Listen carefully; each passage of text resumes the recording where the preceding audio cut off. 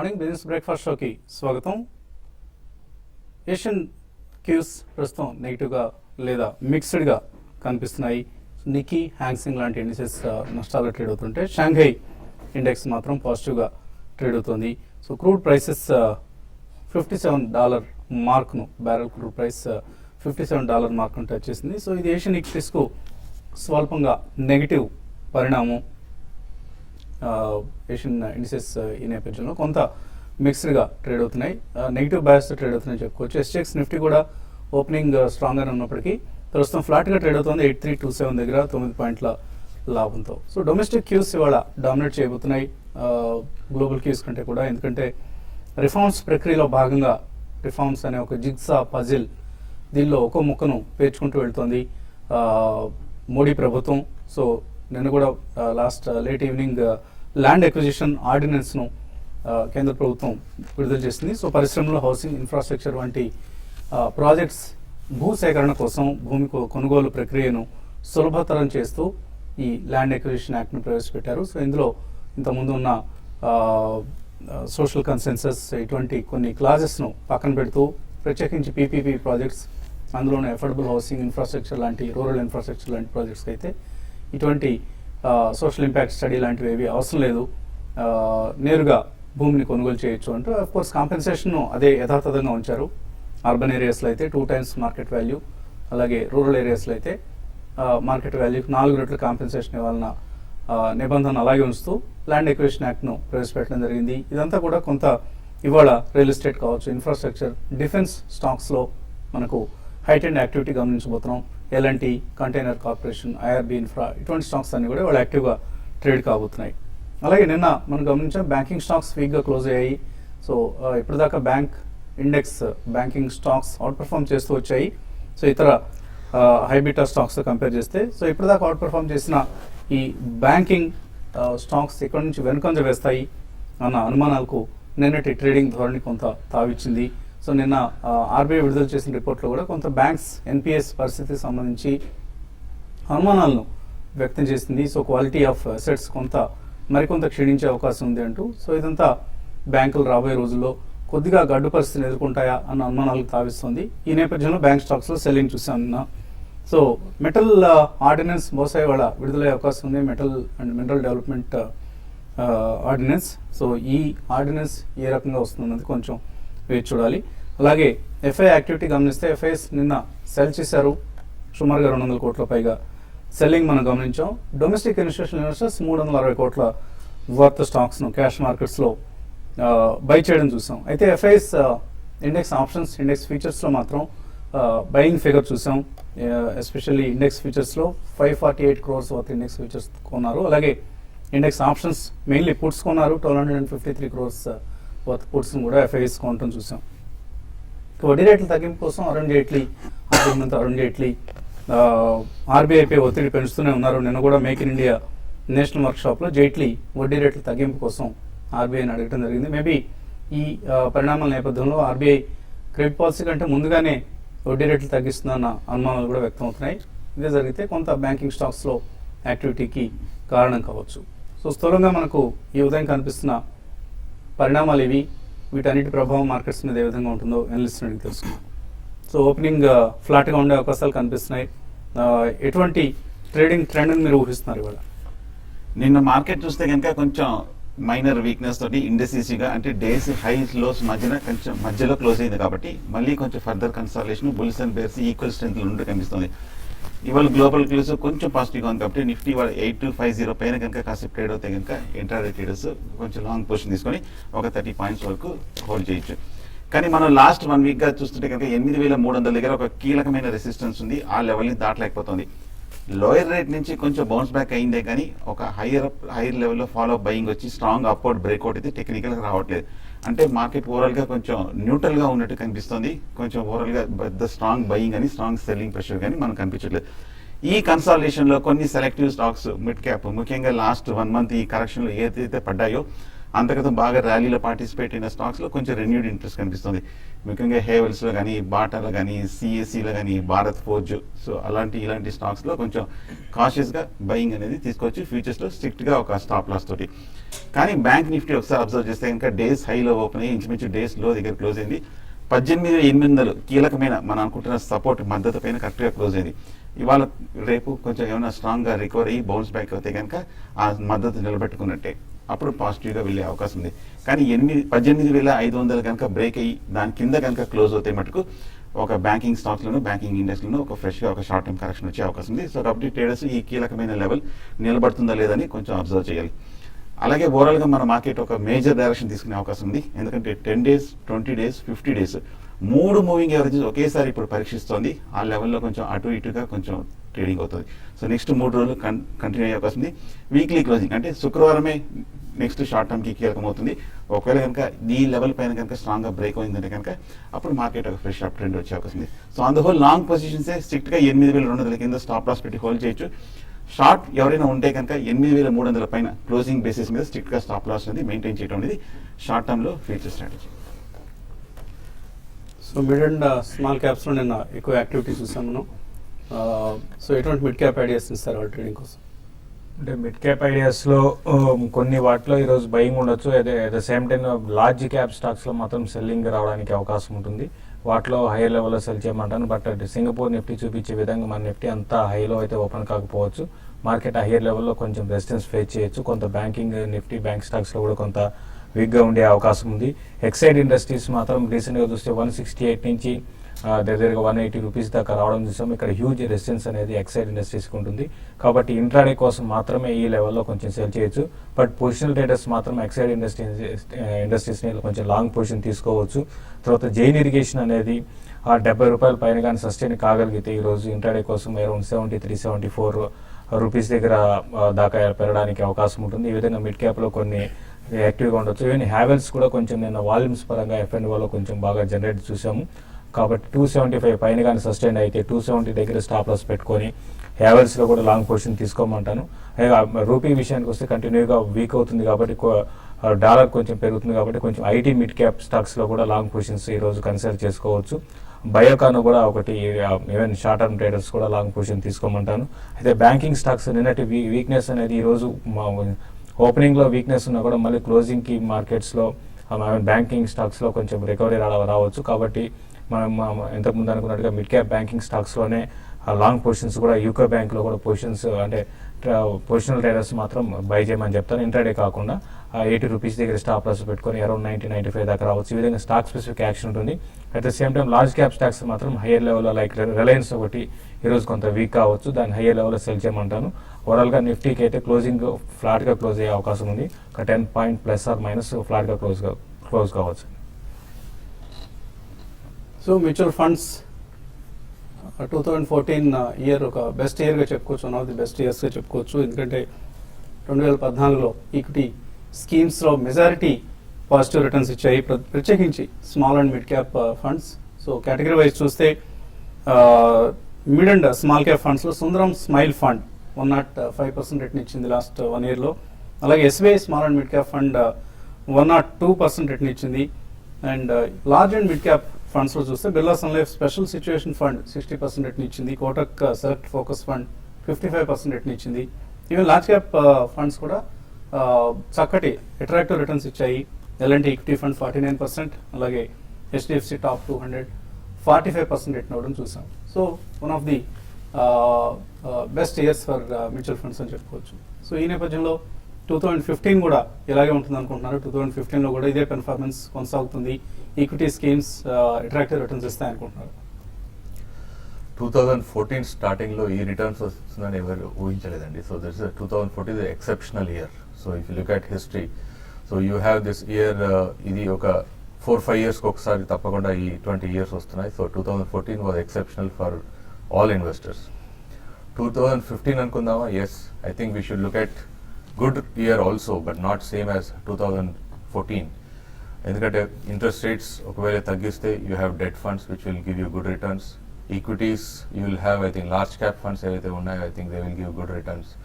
So మనం ఇచ్చిన పోర్ట్ఫోలియోలో I think you have good funds which you have recommended, so stick to them. You will get good returns on the large cap funds, large and mid cap funds, and risk తీసుకునే వాళ్ళు కూడా I think mid cap funds కూడా ఇచ్చే అవకాశం ఉంది. But don't go overboard on mid cap funds now, ఎందుకంటే చూసినంత కూడా వాల్యుయేషన్స్ పరంగా చూసినా కూడా I think P of Sensex around 18.5. So we're getting into a fair valuation zone or fair valuation plus zone అంటాం మనం. So you will get above average returns. So 15 to 20% is what you expect, but beyond that, if you get it, it's a bonus. So allocate, but it's a good year. 2015 chala manchi year untundi for equities, so you can go and invest into equities. Callers line ఉన్నారు. First caller Lakshmi Hyderabad నుంచి. Hello hello, good morning sir. Good morning. 32-33 అట్లా average గా పడింది South Indian Bank. ఆ rate ఎప్పుడు వస్తుంది? Banks dull గా ఉంటుంది అని అంటున్నాను. నిన్న ఎస్ బ్యాంక్ బాగుంటది అని అనేసి నిన్న 742 తీసుకున్నాను ఎస్ బ్యాంక్. అది అంటే కనీసం సంక్రాంతికి పెరుగుతుందా? నెక్స్ట్ ఇయర్ ఎట్లా ఉంటుంది అనేసి అన్నారని తీసుకున్నాను. ఆ రెండిటి గురించి కొద్దిగా చెప్పారా? Okay, South Indian Bank and Yes Bank. South Indian Bank అయితే చూస్తున్నాం అంటే ఈవెన్ బ్యాంకింగ్ లో పెద్ద ర్యాలీ వస్తున్నా కూడా ఇది స్టాక్ అయితే మధ్యలో ర్యాలీ వస్తుంది, ఇమీడియట్ గా ఆగిపోతుంది. ఈవెన్ 32 రూపీస్ అనేది 4 రూపీస్ దగ్గర అయినా కూడా చాలా దూరంగా కనపడుతుందండి. కాబట్టి మీకు టైం పడుతుంది ఇది రావడానికి. ఎగ్జాక్ట్ గా 28 దగ్గర హ్యూజ్ రెసిస్టెన్స్ అనేది సౌత్ ఇండియన్ బ్యాంక్ ఉంది. దీనికి లార్జ్ ఎక్స్పోజర్ మనం చూస్తే మనకి జ్యువెలరీలో ఉందండి. కాబట్టి అది కూడా కొంత నెగిటివ్ అని చెప్పొచ్చు. బట్ ఓవరాల్ ట్రెండ్ పరంగా చెప్పాలంటే స్టడీగానే ఉంటుంది. పెద్ద కరెక్షన్ అయితే ఉండకపోవచ్చు బ్యాంకింగ్ లో, ఒక స్మాల్ కరెక్షన్ అయితే ఉంటుంది. తర్వాత ఎస్ బ్యాంక్ గురించి అడిగారు. ఎస్ బ్యాంక్ కూడా రీసెంట్ గా చూస్తే 800 పైనుంచి మంచి కరెక్షన్ వచ్చిందండి. కాబట్టి అరౌండ్ 720 డౌన్ సైడ్ చూసుకుంటే 720 ఆ లెవెల్ దాకా రావచ్చు. బట్ మీరు అన్నట్టుగా నెక్స్ట్ మంత్ లో మళ్ళీ మీ రేట్ వచ్చి కొంచెం ప్రాఫిట్ రావడానికి అవకాశం ఉంటుంది ఎస్ బ్యాంక్ లో. సౌత్ ఇండియన్ బ్యాంక్ మాత్రం కొంచెం టైం పట్టే అవకాశం ఉందండి 32 రూపీస్ రావడానికి. సో ర్యాలీస్ లో ఎగ్జిట్ అయిపోండి. సౌత్ ఇండియన్ బ్యాంక్ మనం పదే చెప్తున్నాం, ఈ స్టాక్ లో ఉండొద్దు, ఇది చాలా పేషెన్స్ టెస్ట్ చేస్తుంది. అంతా బాగానే ఉన్నట్టు కనిపించినా కూడా స్టాక్ పరంగా చాలా డిసప్పాయింట్ చేస్తుంది స్టాక్ అని. సో సౌత్ ఇండియన్ బ్యాంక్ నుంచి మీరు ర్యాలీస్ లో ఎగ్జిట్ అయిపోండి. ఎస్ బ్యాంక్ మేబీ హోల్డ్ చేయండి, అట్లీస్ట్ 1 to 2 years పర్స్పెక్టివ్ తో హోల్డ్ చేయండి. ప్రసాద్ హైదరాబాద్ నుంచి. హలో హలో, అడగండి Prasad. Hello, good morning sir. Good morning sir, ఇది నేను జనరల్ గా మ్యూచువల్ ఫండ్స్ లో సెట్ సిస్టమ్ ద్వారా అప్ టు 10 years వరకు ప్లాన్ చేద్దాం అనుకున్నాను సార్. ఇప్పుడు బెటర్ మ్యూచువల్ ఫండ్స్ ఏమన్నా రికమెండ్ చేయగలరా సార్ రైట్ నౌ? ఎంత ఇన్వెస్ట్ చేస్తారు నెలకు? Monthly 10,000 sir, up to 10 years. Monthly 10,000 రూపాయలు ఇన్వెస్ట్ చేద్దాం అనుకుంటున్నారు. ఎటువంటి స్కీమ్స్ రికమెండ్ చేస్తారు? మన మోడల్ పోర్ట్ఫోలియోలో ఏదైతే ఇచ్చామో I think you can go for it అండి. ఫ్రాంక్లిన్ ఇండియా బ్లూ చిప్ కానీ Franklin India prima plus, these are 2 funds from Franklin. బిర్లాలో Birla sun life, you can look at equity fund or Birla sun life front line equity. హెచ్డిఎఫ్సిలో HDFC equity or HDFC top 200. అదే మాదిరి ICICI ప్రుడెన్షియల్లో ICICI focus blue chip, ICICI dynamic equity plan ఏదైతే ఉంటుందో any of this. So 4 fund houses, 2 options మీకు ఇచ్చాను. So any of these options you can look at it. మరిన్ని calls తీసుకోవే ముందు కాసేపు ప్రకటనలు.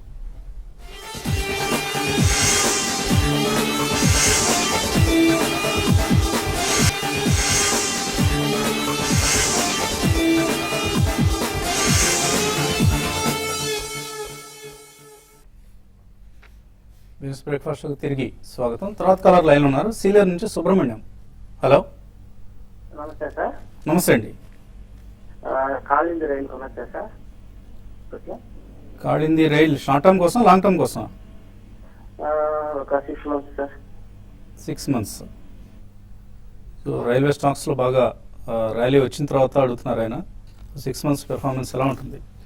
కాలింది రైలు చూస్తే కనుక ఈ మధ్య కరెక్ట్ గా 90 రూపాయలు లో నుంచి సపోర్ట్ నుంచి కంటిన్యూస్ గా పెరుగుతూ 135, 140 రూపాయల వరకు వెళ్ళటం జరిగింది.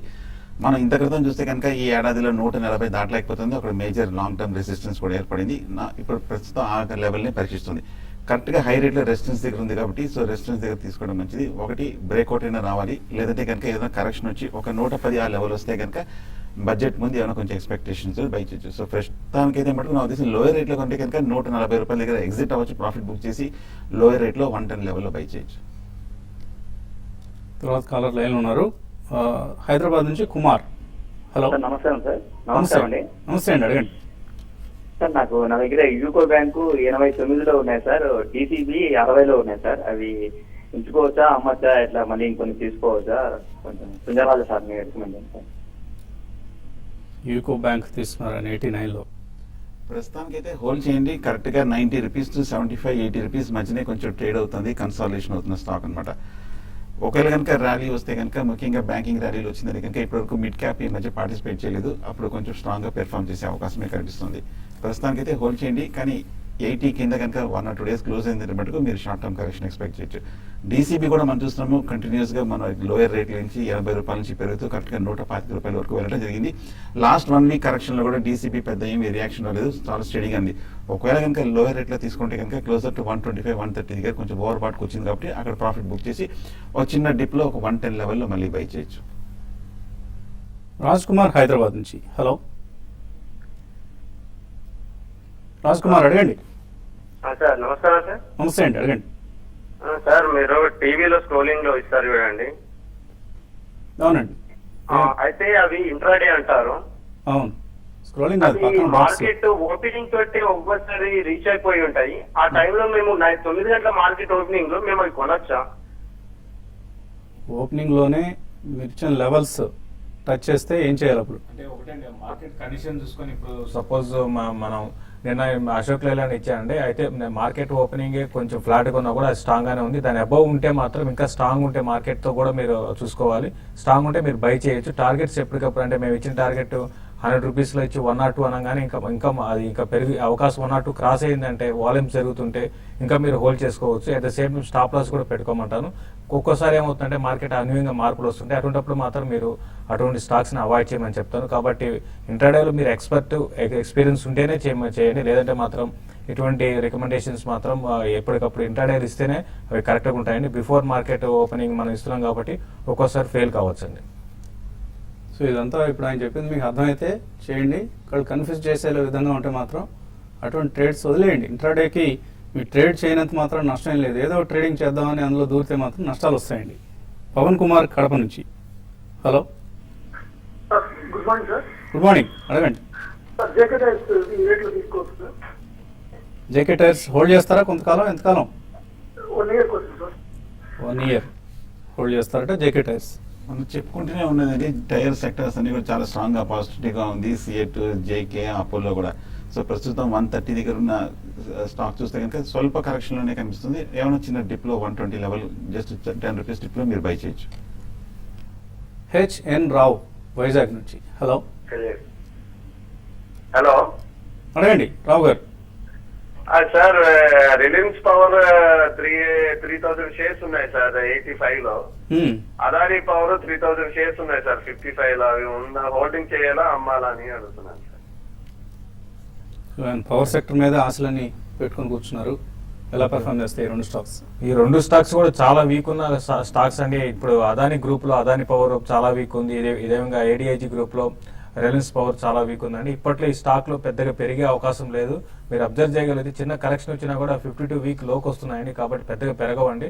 మీరు బెటర్ ఏదంటే ఎగ్జిట్ కానీ ర్యాలీస్లో ఎగ్జిట్ అయిపోయి మూమెంటం ఉన్న స్టాక్స్లో మనకి ఇన్ఫ్రా అండ్ తర్వాత ఏమైనా ఇంతకుముందు అనుకున్నట్టే ఒక 5 to 6 months కోసం ఏమైనా రైల్వే స్టాక్స్ కూడా బాగా పెరిగే అవకాశం ఉంటుంది రైల్వే బడ్జెట్కి ముందు.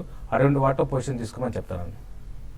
సో చాలా మెయిల్స్ వచ్చాయి, కొన్ని రిప్లైస్ ఇచ్చే ప్రయత్నం చేద్దాం. వేముల కిరణ్ కుమార్ అడుగుతున్నారు, యూపీఎల్ గతంలో యునైటెడ్ ఫాస్ఫరస్ 332లో కొన్నారు, రిలయన్స్ 915లో కొన్నారు, 2 months కోసం హోల్డ్ చేయొచ్చా? స్వల్ప రికవరీ చూస్తున్నాము. 305 రూపీస్ నుంచి 340 వరకు వెళ్ళడం జరిగింది. హైయర్ రేట్లో 360, 370 దగ్గర స్ట్రాంగ్ రెసిస్టెన్స్ కనిపిస్తుంది. ఈ ఫర్దర్ అప్ ట్రెండ్లో నాకు తెలిసి ఒక 20 రూపీస్ ప్రాఫిట్ వచ్చినట్టు మీరు ఎగ్జిట్ అయిపోవడం మంచిది. అలాగే రిలయన్స్ కూడా మనం చూసాము స్ట్రాంగ్గా 1000 రూపాయల నుంచి పడిపోయి 880 వరకు తగ్గడం జరిగింది. ఇప్పుడే కొంచెం రిలీఫ్ ర్యాలీ వచ్చే అవకాశం ఉంది. ఇవి కూడా కొంచెం ఏమైనా స్వల్ప రికవరీ 950 ఆ లెవెల్ వచ్చిందే కనుక మీరు షార్ట్ టర్మ్ ప్రాఫిట్ 2 బుక్ చేయొచ్చు. మీరు చాలా షార్ట్ టర్మ్ అవుట్లుక్తో ఉన్నారు, 2 months అంటున్నారు. ర్యాలీస్లో ఎగ్జిట్ అయిపోండి. మ్యూచువల్ ఫండ్స్ డిమాట్ అకౌంట్ ద్వారా ఇన్వెస్ట్ చేద్దాం అనుకుంటున్నారు. విజయశ్రీ 4,000 రూపాయలు ఇన్వెస్ట్ చేస్తారు నెలకి.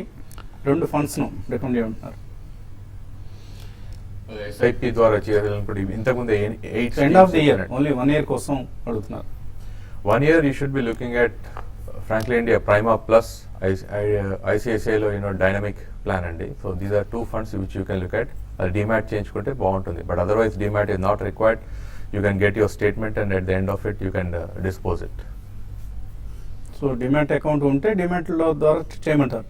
ఉంటే చేయండి, ఎందుకంటే దానికోసం ఓపెన్ చేస్తే మళ్ళీ అడిషనల్ ఎక్స్పెన్స్ అవుతుంది. Reliance natural resources, HDFC infrastructure పేర్లు మీరు కరెక్ట్గా రాయాలండి. నారాయణ రెడ్డి అడుగుతున్నారు, ఈ 2 అమ్మేశారట. ఇప్పుడు ఇంకొక 2 ఫండ్స్ను రికమెండ్ చేయమన్నారు 5 years కోసం. ఇంతకుముందు చెప్పిన స్కీమ్స్ అండి. I think you can look at, ఎందుకంటే ఇవన్నీ కూడా లార్జ్ క్యాప్ స్కీమ్స్ ఉంటాయి. So you have multi cap schemes. So you can look at the 2 schemes which I have recommended just now. NRB bearings fundamentally strong company అయినా శేషు అడుగుతున్నారు. NRB bearings fundamentals విషయానికి వస్తే కొంచెం పర్లేదండి, మరీ అంత స్ట్రాంగ్ అని చెప్పలేం, పర్లేదు. అయితే రీసెంట్గా బాగా పెరిగింది, ఓవర్ బాట్లో ఉందండి. ప్రసాద్ రావు అడుగుతున్నారు ఎల్జీ బాలకృష్ణ బ్రదర్స్ 687 కొన్నారు, ఇప్పుడు 600 రూపాయలు ఉంది, లాస్ట్ బుక్ చేయాలా? ఈ మధ్య 750 రూపాయల నుంచి 600 వరకు తగ్గడం చూసాము. కాకపోతే టెక్నికల్ గా ఈ లెవెల్లో కొంచెం సపోర్ట్ కనిపిస్తుంది. హోల్డ్ చేయండి. ఒకవేళ కనుక 600 కింద కనుక కాసేపు కొన్నాళ్ళు ట్రేడ్ అవుతాయి కనుక కొంచెం further short term correction rally వస్తే కనుక క్లోజర్ టు హోల్డ్ చేయండి. ఓవరాల్ ఆల్ ఆటో ప్యాక్ లో మనకు కొంత వీక్నెస్ కనిపిస్తుంది, ప్రస్తుతానికి మీరు హోల్డ్ చేయండి. విజయలక్ష్మి అడుగుతున్నారు జేకే టైర్స్, ఇందాక మనం ట్రిప్లో ఇవ్వడం జరిగింది. రంగనాథ్ కోనేటి సౌత్ ఇండియన్ బ్యాంక్ ప్రజెంట్ రేట్లో అవాయిడ్ చేయండి లాంగ్ టర్మ్ కోసం. అలాగే రాంబాబు చెన్నై నుంచి అడుగుతున్నారు 12,000 రూపాయలు ఈక్విటీ మార్కెట్స్లో ఎస్ఐపి ద్వారా ఇన్వెస్ట్ చేస్తారట, 3 స్టాక్స్ రికమెండ్ చేయమంటున్నారు. అంటే మీరు ఈక్విటీ గతంలో కూడా చాలాసార్లు చెప్పడం జరిగిందండి, ఫ్రంట్ లైన్ స్టాక్స్లోనే ఉండమని చెప్తాను. మరీ ముఖ్యంగా ఎల్ఎన్టీ లాంటి దాన్ని బై చేసుకోవచ్చు, సిప్లా ఒకటి బై చేసుకోమంటాను, బ్యాంకింగ్లో మీకు ఎస్బీఐని బై చేసుకోమంటానండి. కేఎల్ అమర్ అడుగుతున్నారు Canara bank short term target price ఎంత ఎక్స్పెక్ట్ చేయొచ్చు? క్యాన్ బ్యాంక్ బుల్లిష్ గానే కనిపిస్తుందండి. ఈ మధ్య కూడా బాగా హైయర్ లెవెల్ కూడా 460 450 దగ్గర కొంచెం బుల్లిష్ కనిపిస్తుంది. నా ఉద్దేశం రీసెంట్ హై అయినా ఒక 500 దాకా వెళ్ళే అవకాశం ఉంది. ఇంకా చాలా మెయిల్స్ వెళ్ళిపోయాయి. అలాగే పక్కన డిస్ప్లే వస్తుంది. స్టార్టప్ హీరోస్ కాంటెస్ట్కు దరఖాస్తు చేసుకోవాల్సిన ఆఖరి తేదీని జనవరి 5 వరకు పొడిగించడం జరిగింది. So startup companies, startup entrepreneurs ఈ అవకాశాన్ని సద్వినియోగం చేసుకోండి. పక్కన డిస్ప్లే చేస్తున్న వెబ్సైట్లో మీకు పూర్తి వివరాలు, అలాగే అప్లికేషన్ కూడా ఆన్లైనే మీరు సబ్మిట్ చేయొచ్చు. అండ్ సెలెక్టెడ్ అప్లికెంట్స్కి 10 లక్షల రూపాయలు కనీస ఇన్వెస్ట్మెంట్ లభిస్తుంది ఈక్విటీ ఇన్వెస్ట్మెంట్ రూపంలో. సో తప్పనిసరిగా ఈ అవకాశాన్ని వినియోగించుకోండి. ఇది వాటి బిజినెస్ బ్రేక్ఫాస్ట్. మధ్యాహ్నం మళ్ళీ 1:30కు స్మార్ట్ ఇన్వెస్ట్లో కలుద్దాం.